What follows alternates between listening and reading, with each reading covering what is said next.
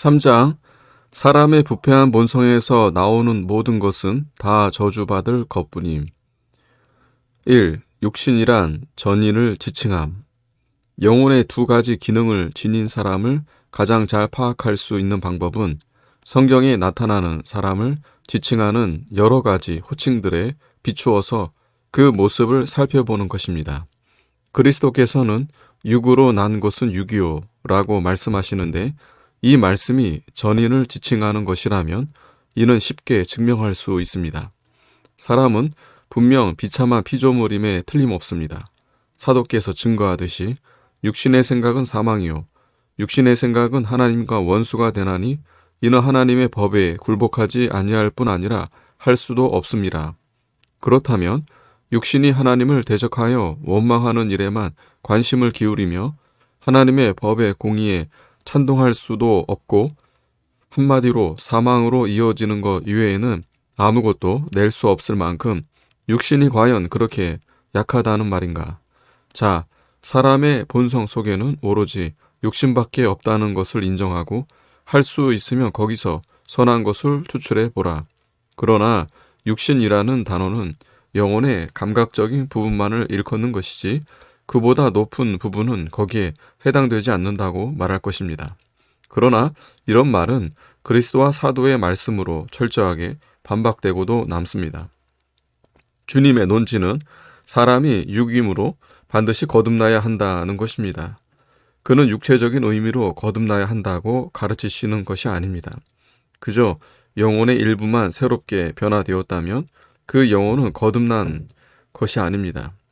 영혼 전체가 완전히 새로워질 때에만 비로소 그 영혼이 거듭난 것입니다.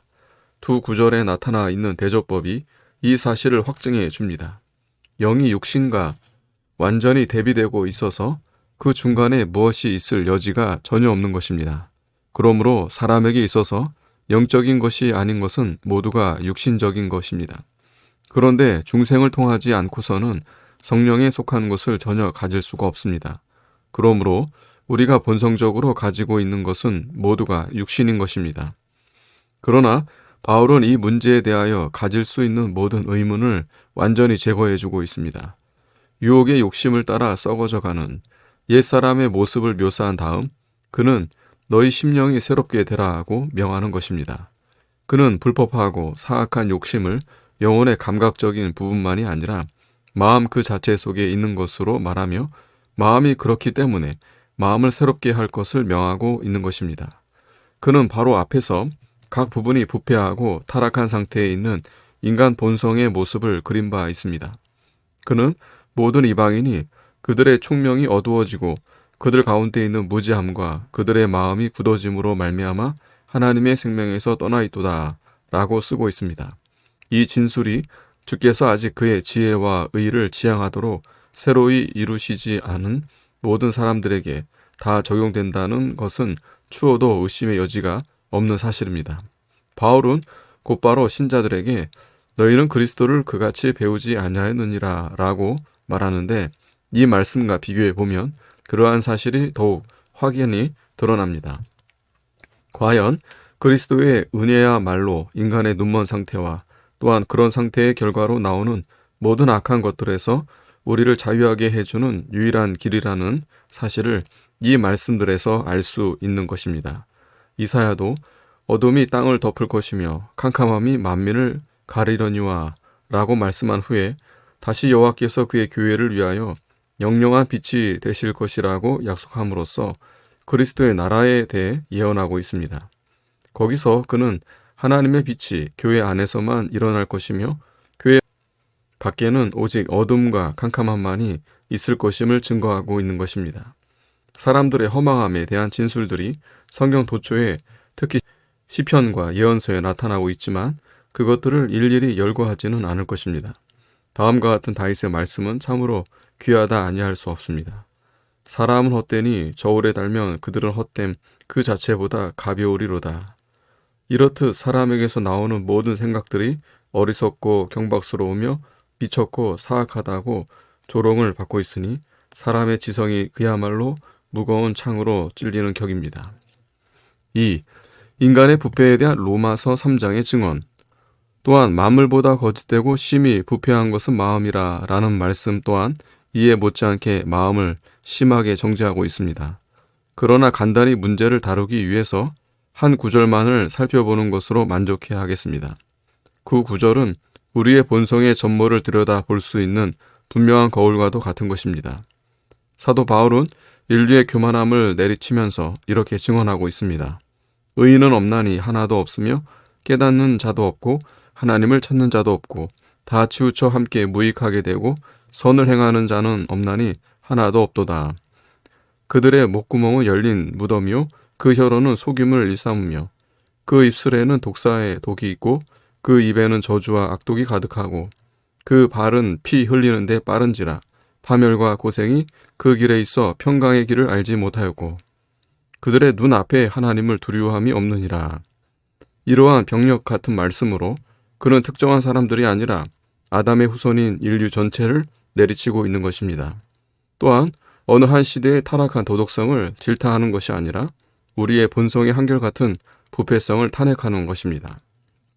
이 구절에서 사도가 의도하는 바는 그저 사람들을 책망하여 회개하도록 하는 것이 아니라 모든 사람이 피할 수 없는 재난에 휩싸여 있으므로 하나님의 궁휼하심 위에는 그들을 구해낼 수 있는 것이 아무것도 없음을 그들에게 가르치고자 하는 것입니다. 그런데 이를 증명하기 위해서는 그보다 먼저 우리의 본성이 멸망과 파멸 속에 있다는 것을 입증해야 하기 때문에 그는 우리의 본성이 철저히 버림받은 상태에 있음을 입증해 주는 이런 증언들을 제시하는 것입니다. 그러므로 다음과 같은 점을 확실한 사실로 받아들이도록 하자. 곧 여기 묘사되고 있는 사람들의 모습이 타락한 관습의 오점 때문만이 아니라 본성의 부패함 때문에 그렇게 되었다는 사실 말입니다.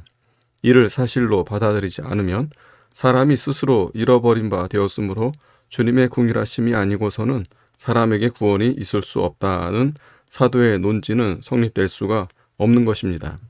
여기서 나는 바울이 이 구절들을 임의로 부적절하게 인용하고 있다고 생각하지 못하도록 의심을 제거할 목적으로 굳이 이 구절들의 적절성을 증명하려고 수고할 생각은 없습니다. 나는 이 진술들을 바울이 선지서에서 인용한 것이 아니라 그 자신이 처음 말한 것들로 가정하고 논의를 전개할 것입니다. 우선 그는 사람에게서 의를, 즉 성실성과 순결을 제거해내고 그 다음에는 건전한 지성을 제거해냅니다. 과연 하나님께로부터 배도하였다는 것이야말로 지성이 결핍되어 있음을 입증해 줍니다. 왜냐하면 하나님을 구하는 것이 지혜의 근본이기 때문입니다.